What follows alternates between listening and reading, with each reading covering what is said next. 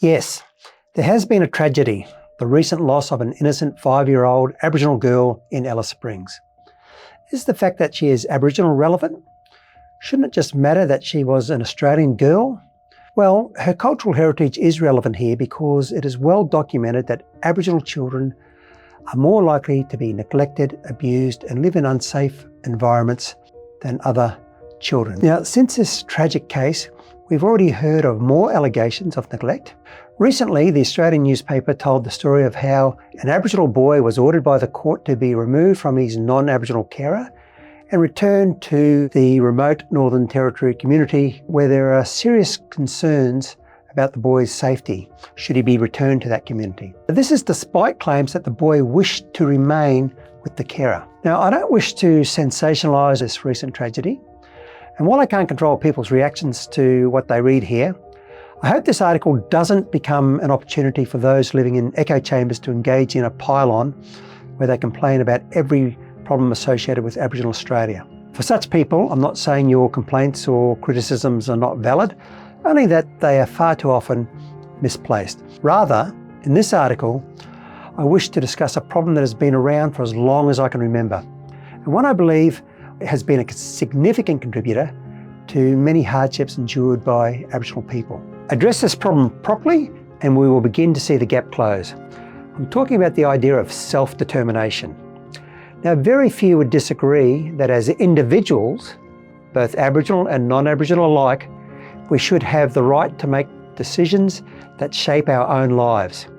We can't make every decision, but we should make as many of them as reasonably possible. The term self-determination, however, has another meaning, which I think we need to be critical of and examine very carefully.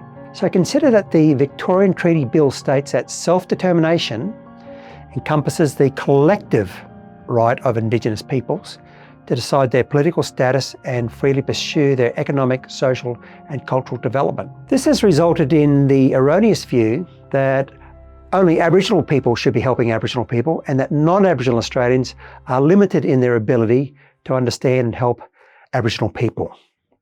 Now, if Aboriginal Australians were vastly different from non-Aboriginal Australians and functioned in a cohesive manner, then I might support the idea of a collective notion of self-determination for Aboriginal Australians. But I do not believe this. While some differences might exist sometimes, the commonalities between Aboriginal and non-Aboriginal Australians far outweigh any differences, and we should never lose sight of this.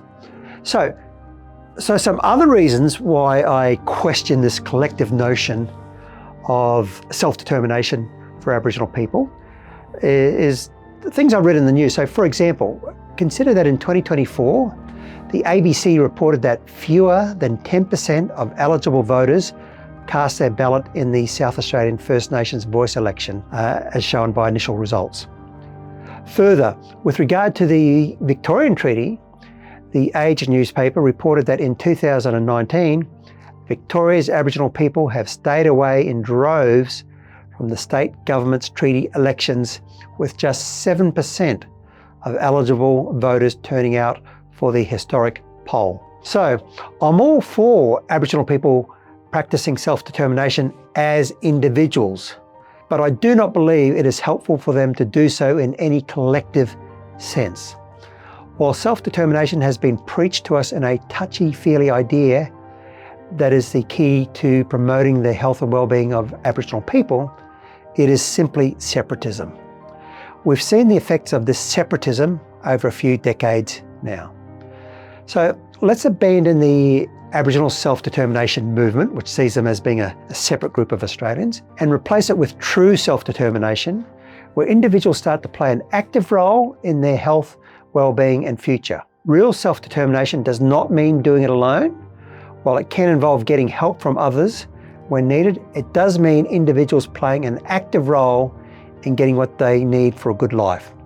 It means taking advantage of the opportunities and assistance available to us, regardless of who provides those opportunities and assistance. Do this and more Aboriginal Australians will start living the sort of life that most Australians take for granted. So in summary, while I believe that a collective sense of self-determination is great for a group of people who function as a collective separate from the rest of Australia.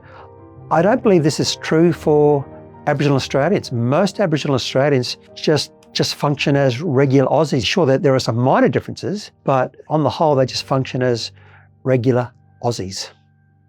I'm Dr. Anthony Dillon, and for my full article on this topic, visit the link to John Anderson's Substack.